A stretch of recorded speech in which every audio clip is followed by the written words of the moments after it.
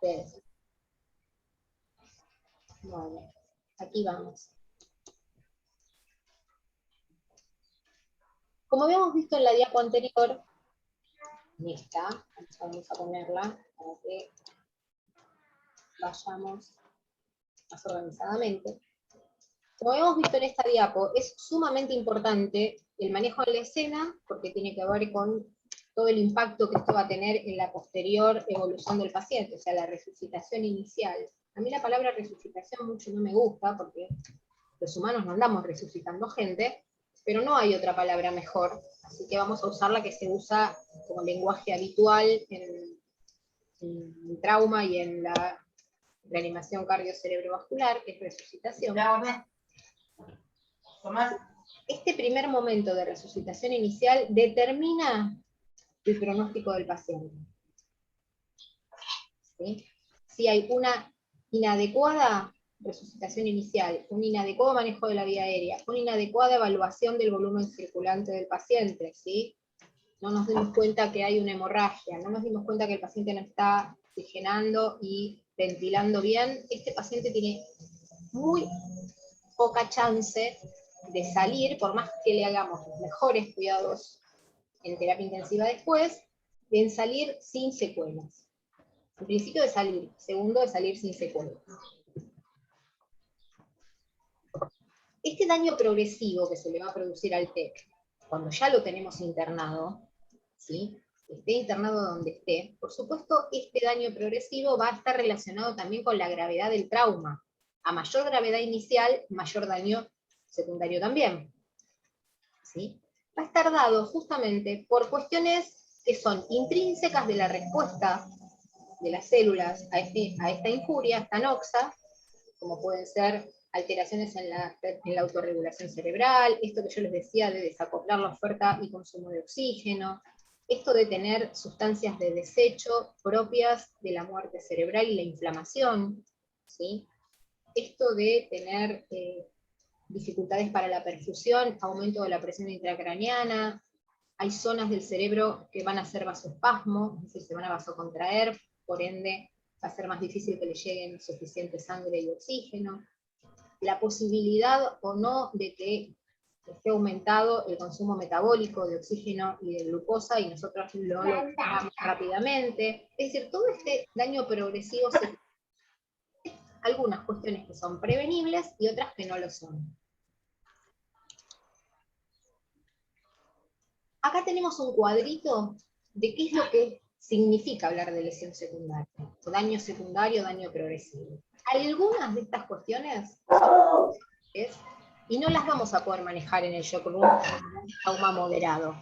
¿Sí? Va a tener que ver con un monitoreo intensivo, como puede ser el aumento de la presión intracraneana, que por aumento de la presión intracraneana y otras cuestiones que no nos vamos a detener hoy a ver, esté reducido el flujo sanguíneo cerebral, por más que esté funcionando el polígono de Willis y los dos sistemas arteriales de irrigación a nivel cerebral, que se reduzca la presión de perfusión cerebral, que eso es algo que se los voy a dejar así como picando, pero nosotros tenemos presión de perfusión en cada órgano, ¿sí? Que es la resultante entre la tensión arterial media, que es la fuerza de la sangre, y la resistencia. En este caso, la resistencia está constituida por la presión intracraneana. Entonces, la presión de perfusión cerebral va a disminuir la presión intracraneana, porque aumentó la resistencia.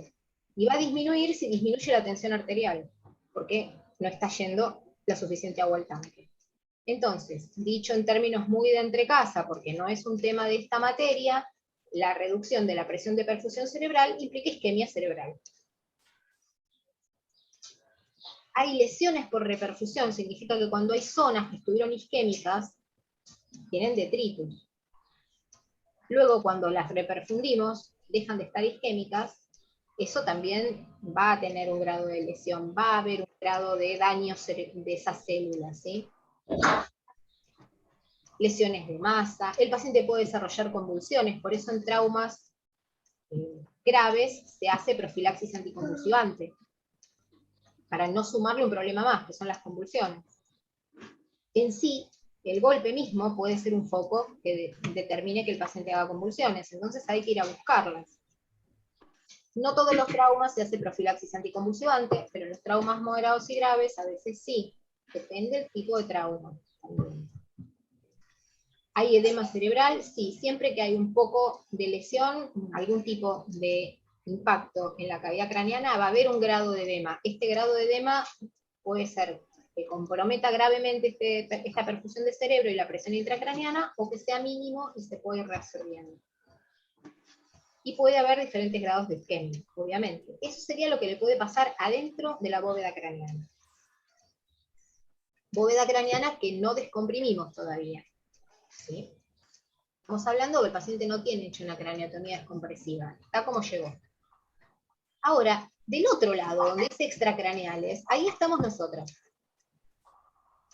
Ahí está nuestro ojo clínico, nuestra capacidad de evaluar, de valorar y de actuar. Por ejemplo, no se nos puede pasar que un paciente esté chocado, esté hipotenso, esté hipoventilando, que le falte oxígeno, que tenga fiebre, que esté hipotérmico, la glucemia. Que el paciente después esté desarrollando una sepsis y no nos estemos dando cuenta cuando ya pasamos al tercer momento de la curva de mortalidad, o que llegue a la disfunción multiorgánica. La idea es pararnos acá, antes de que esto se produzca. Pero frente a todas estas cuestiones, tenemos muchísimos cuidados de enfermería para hacer, para prevenir y para actuar. Si no lo vamos a buscar, no nos vamos a enterar. Entonces tenemos que tener en cuenta que esto nos remite nuevamente a la ABCD. Acá está todo, en el ABCD está todo. Está la hipotensión, está el shock, está como oxigena, está su temperatura, está su ionograma, ¿sí? El paciente no puede estar hiponatrémico. Si tienen dudas acerca de eso, a leer líquidos y electrolitos, función del sodio, ¿sí? En el sistema de regulación de la cantidad de agua a nivel cerebral y en el intersticio cerebral. No se nos puede pasar que un paciente esté hipo o hiperglucémico. La hiperglucemia y la hipertermia son dos factores de riesgo que aumentan la mortalidad en trauma de cráneo independientemente del tipo de trauma. Vuelvo a decirlo para que se entienda.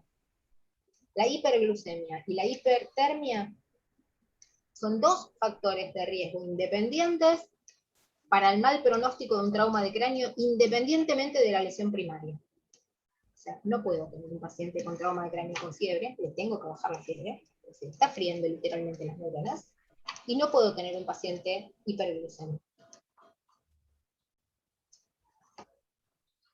Porque se le va a alterar el sodio, se le va a alterar la perfusión del cerebro, ¿sí?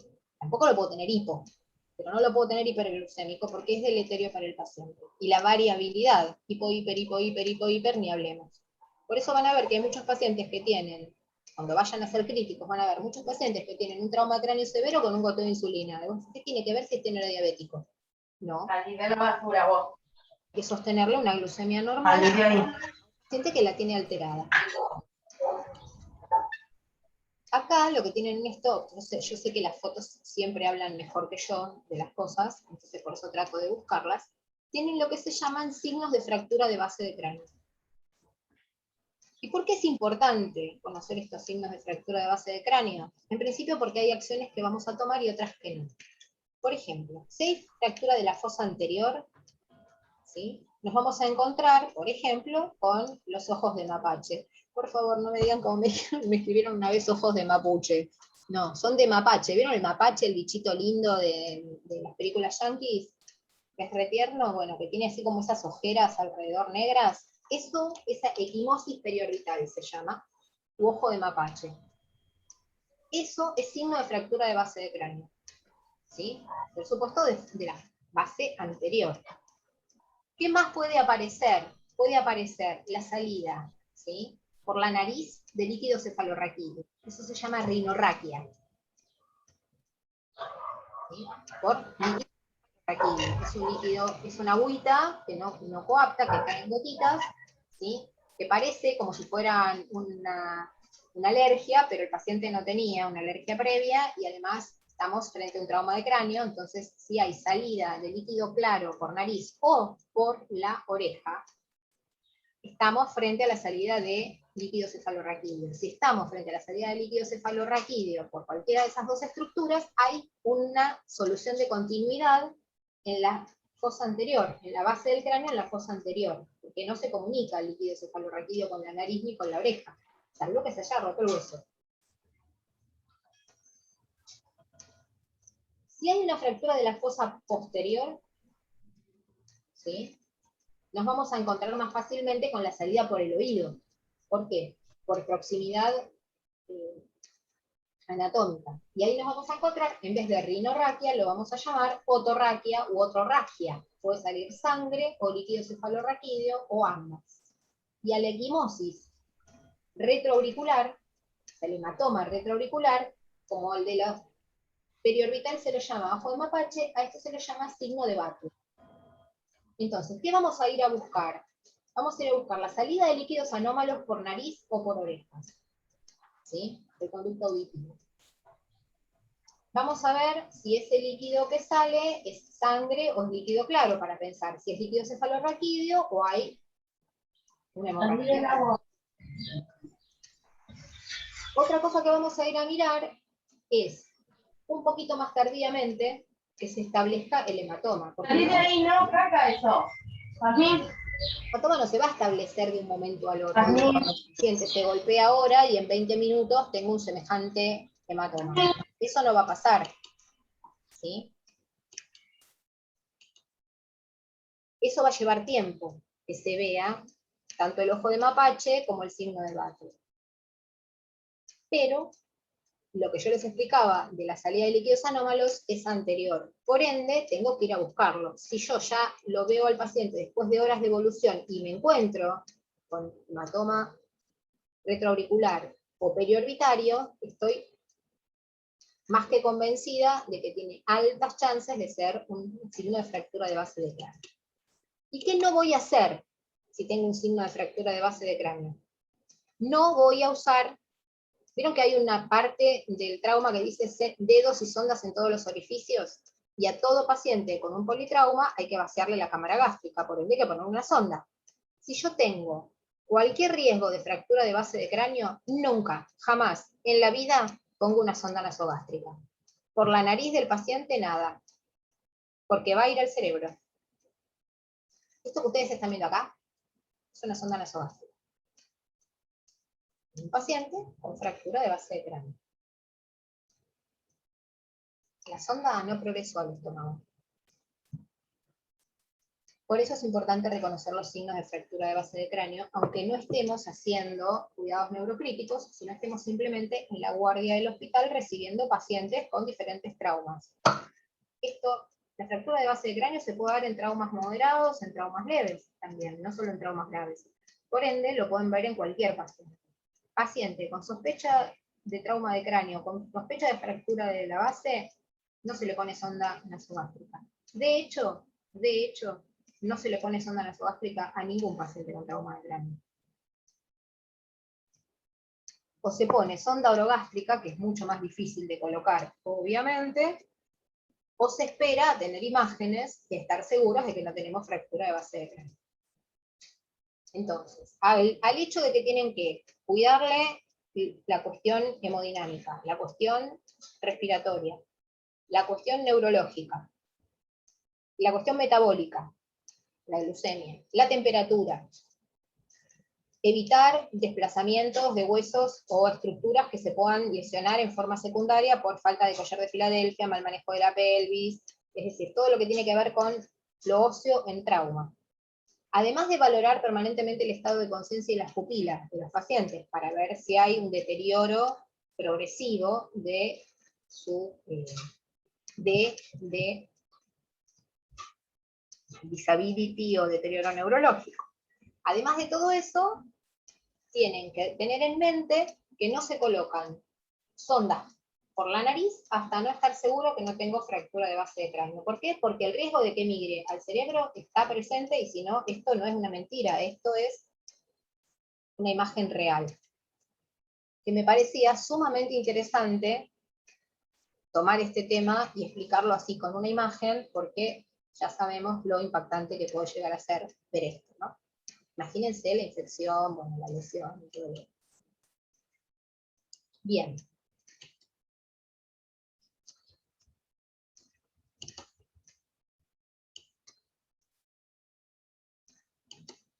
Acá estamos de vuelta.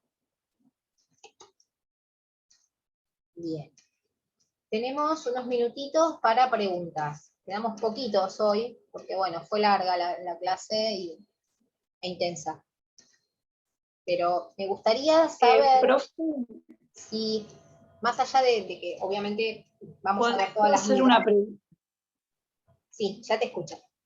También cuando me hagas la pregunta, me interesaría ver si la complejidad del tema va de la mano de los conocimientos con los que lo pueden relacionar, o necesitamos aportarles más material teórico. Necesito aportarles más material teórico para que lean, más allá de que el Brunner este tema lo tiene. ¿Sí? Ahora sí, decime, Karina. Una consulta con respecto a lo último, que no se puede poner sonda gasogástrica. ¿Qué se hace si, por ejemplo, está descompensado y hay que compensar la parte respiratoria? Si no sabemos si tiene una fractura. Lo que pasa es que la intubación es siempre orogástrica. El tubo endotraqueal entra por la boca, no entra por la nariz. Por ende, vos no vas a tener problemas para instrumentar la vía aérea. Lo que no vas a meter es un tubo nasotraqueal. Vas a poner un tubo orotraqueal, que en general ya por nariz no se intuba a nadie. Es una intubación sumamente selectiva para ciertos procedimientos quirúrgicos. Antiguamente se intubaba por nariz o se intubaba por boca. De hecho, a los recién nacidos se los intubaba por nariz. Después de la neumonía asociada al tubo endotraqueal, se vio que no es bueno meter algo por la nariz que vaya para ese lado, y además que estos pacientes están todos en riesgo de coagulopatía, entonces tratamos de no instrumentar demasiado la nariz, porque la nariz está muy vascularizada. Ustedes piensen en los cornetes nasales. Piensen que ahí es donde circula mucha sangre para calentar y humidificar el oxígeno inhalado. Entonces, si el paciente se pone coagulopático, la hemoptisis puede ser un problema, si yo estoy instrumentando la nariz. Pero sobre todo lo de la sonda orogástrica está relacionado con esto, con el riesgo de que realmente la sonda migre y va a empezar a tener convulsiones el paciente y no vamos a saber por qué, y es porque la sonda está metida en el cerebro. Y esto es gravísimo. O sea, no es que, ay, me equivoqué y se me fue. Está yendo a un cuerpo extraño el cerebro. Es medio de película gore pensarlo, ¿no? Perfecto. Pero ha pasado, entonces como ha pasado en la época en que estas cosas no se sabían, puede pasar si a alguien se le escapa a la tortuga y no sospecha que el paciente por el tipo de lesión puede tener fractura de base de cráneo. Una forma de darse cuenta, pero que no es 100%, ¿cómo explicarlo? No tiene una validez 100% científica en el sentido que no siempre se cumple, ¿sí? Es tomar una gasa, que esa gotita de líquido que sale de la nariz o del oído del paciente lo ponemos en una gasa y haga el signo de escarapela, haga un bordecito. Cuando hace un bordecito, podemos inferir que eso no es moco, es líquido cefalorraquídeo. Pero no siempre lo van a ver, ese bordecito, por eso les digo que no se confíen con eso, con el signo de la escarapela. No siempre lo van a ver, y además es medio operador dependiente, y además en el medio del zafarrancho, ¿para qué me voy a poner a hacer todo eso cuando tengo 1000 cosas que hacer, como reanimar al paciente, ponerle líquido, fijarme si tiene la antitetánica o se la tengo que dar, porque va a ir a quirófano, hacer un montón de cosas, agruparlo, sacarle sangre para que vaya para hemoterapia y para el laboratorio, un montón de cosas. ¿Para qué me voy a poner a andar haciendo algo que por ahí es muy lindo en la teoría, pero que en ese momento no me aporta demasiado? Ante la duda, no le pongo sonda nasogástrica. ¿Tiene la cámara gástrica? Sí, bueno, se la ponemos orogástrica. No me sale poner orogástrica porque es difícil, llamo a alguien que tenga un poquito más de experiencia. Hay una pinza con la que se puede ayudar a progresar, la que es la pinza de Magui, hay un montón de cosas para hacer. Se puede enfriar la sonda, si la enfrían en el congelador se pone un poquito más dura, entonces por ahí es más fácil meterla por la boca y se le dobla. También puede pasar que tenga la boca llena de sangre y tampoco se la pueda poner orogástrica. Todo puede pasar. en el trauma. Lo que no puede pasar es que se nos vaya una sonda al cerebro. Yo entiendo que hay que descomprimir la cámara gástrica porque eso le va a influir en la ventilación, le va a influir en la presión intraabdominal, le va a hacer un montón de cosas al paciente. Se puede broncoaspirar, pero no puedo comprar un mal mayor, no puedo intentar descomprimir la cámara gástrica con meterle una sonda en la masa encefálica.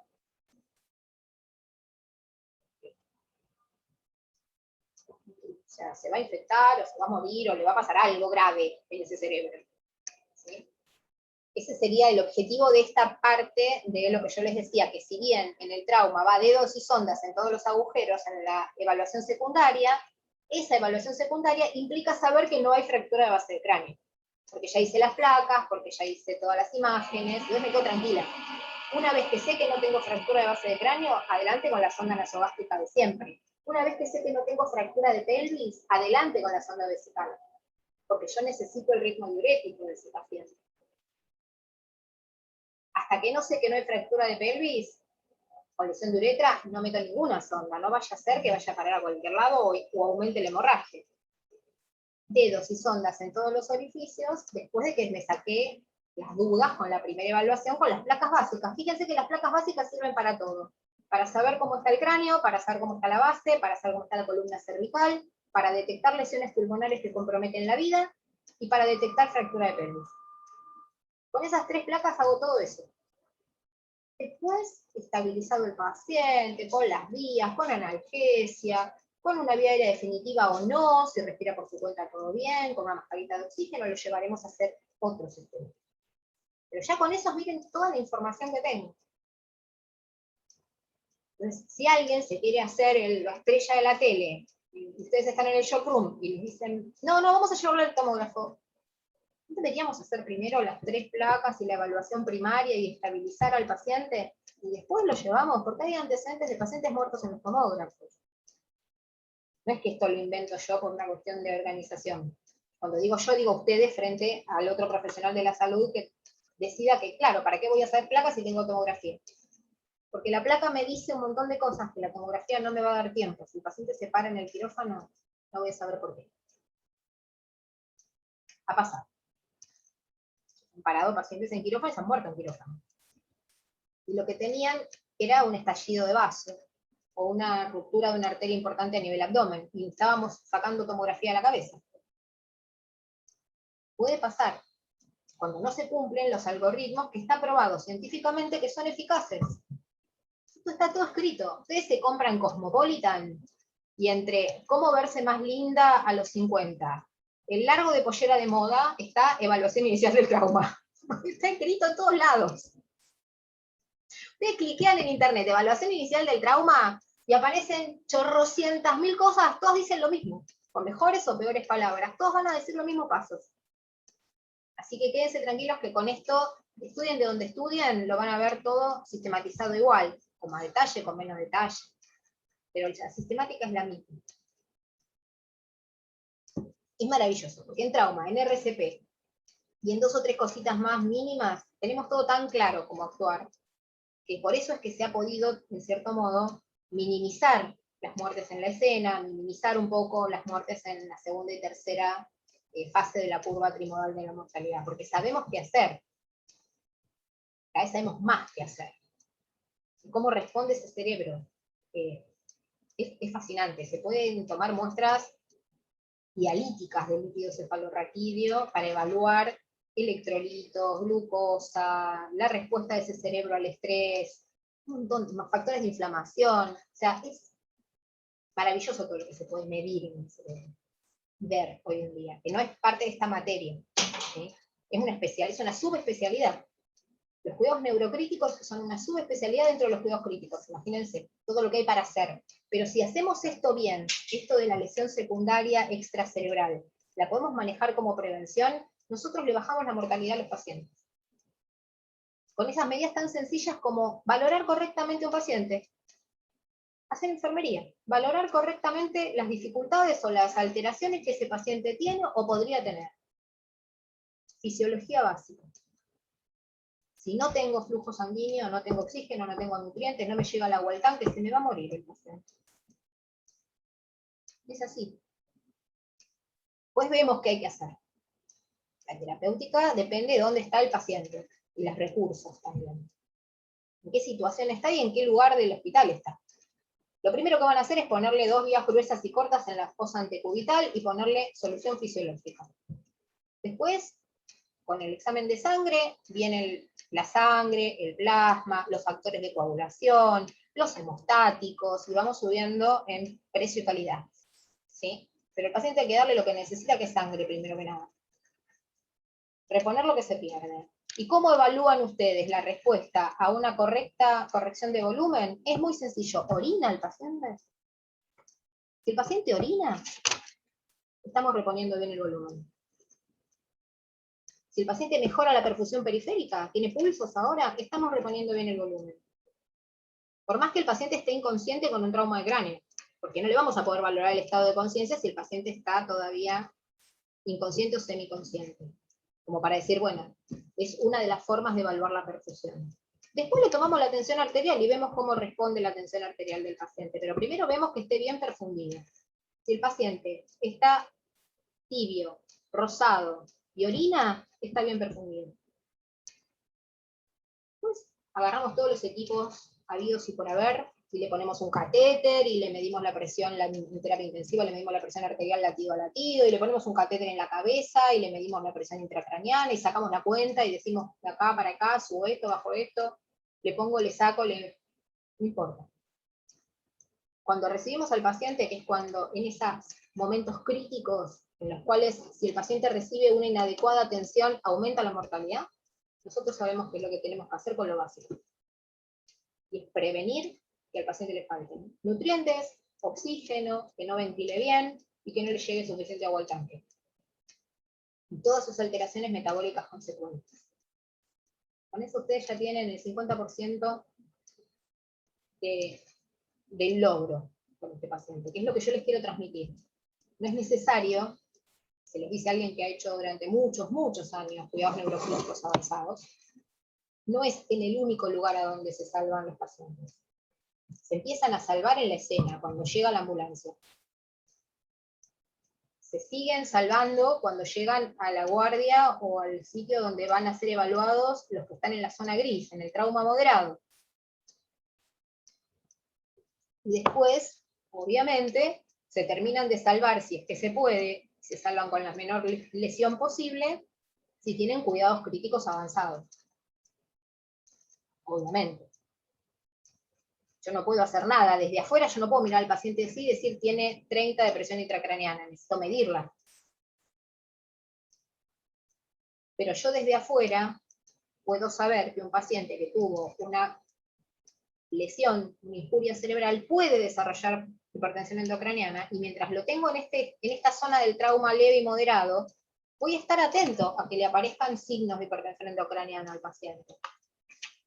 ¿Sí? Que el paciente modifique su estado pupilar, que el paciente modifique su sensorio, que aparezca la famosa triada de Cushing, que la van a encontrar por todos lados y que les encanta recordarla, que en esta fase del trauma no se las doy porque es tardía, no aparece en este momento.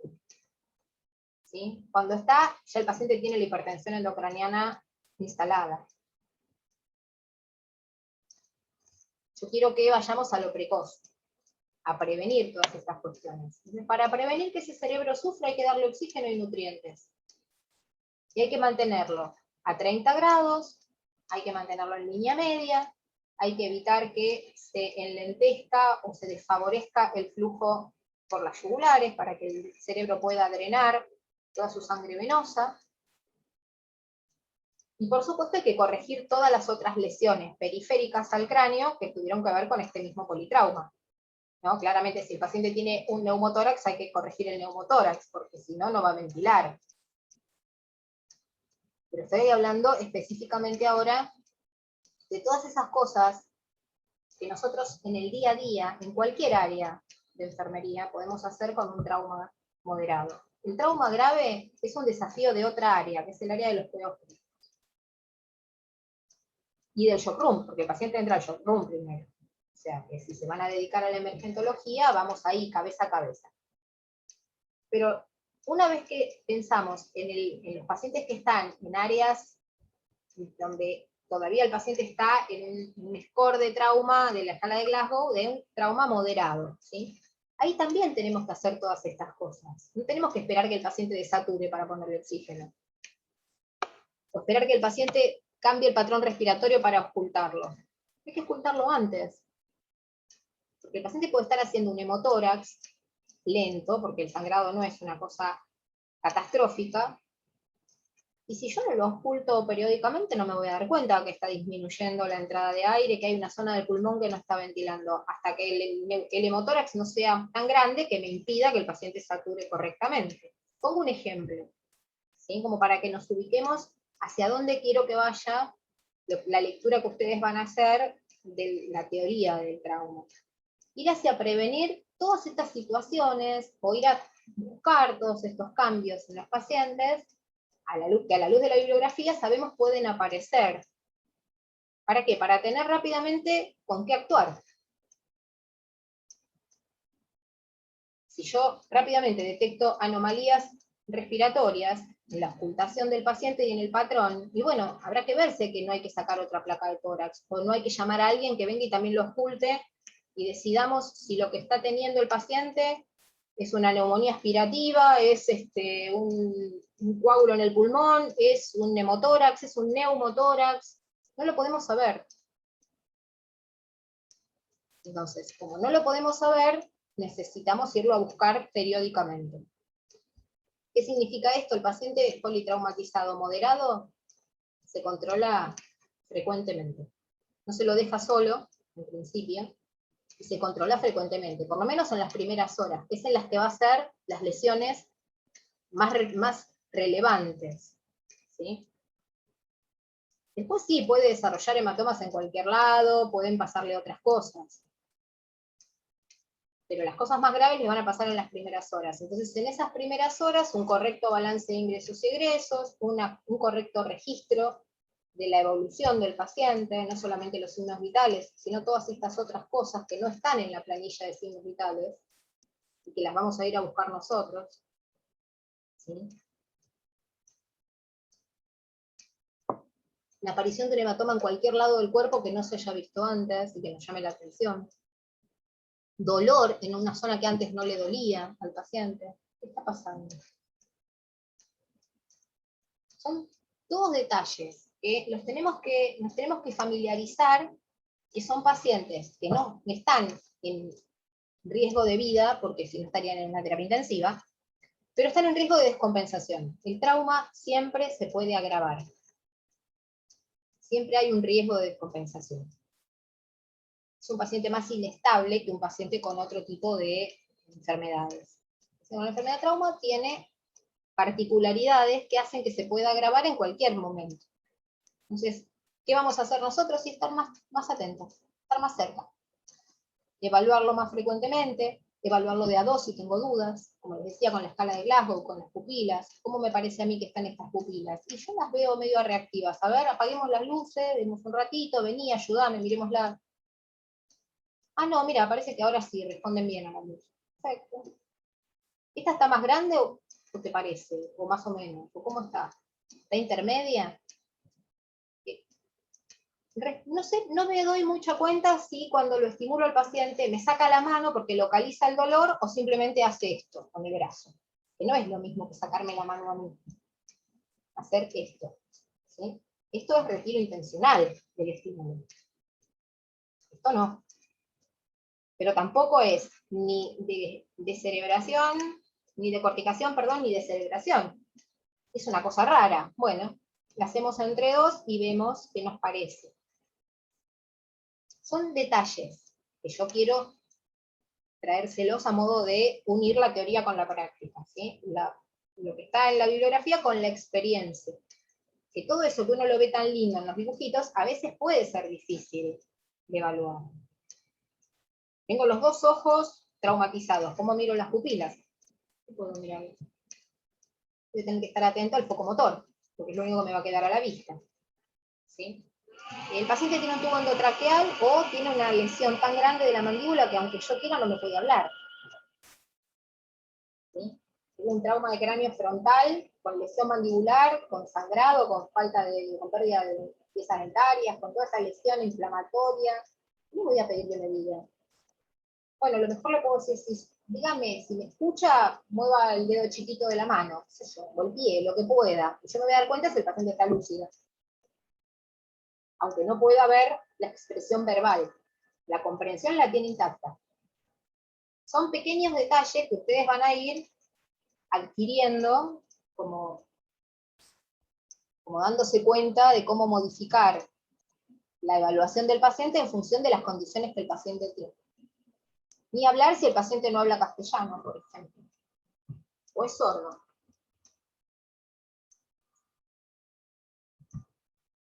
Y estamos en problemas. ¿Cómo lo pongo en la escala de Glasgow? Paciente hipoacúsico. ¿Cómo me va a responder a la voz si no me escucha? La familia me dice, no, es sordo, sordo, sordo, que sin los audífonos en la casa no escucha nada de nada. Ahora no los va a tener puestos. Se anota, paciente, no se puede valorar, se le pone un 1, hipoacúsico, bilateral. Pupilas, 2 ojos en compota, sí, por el que se chocó con el volante del auto. Respuesta pupilar, 1, inabordable por hematoma, inobservable por ausencia de apertura ocular. Como lo quieran poner, como lo quieran detallar, no importa, pero lo aclaran. Si no, va a parecer que el paciente está en coma y por ahí la pobre persona lo único que tiene son 2 tremendos hematomas.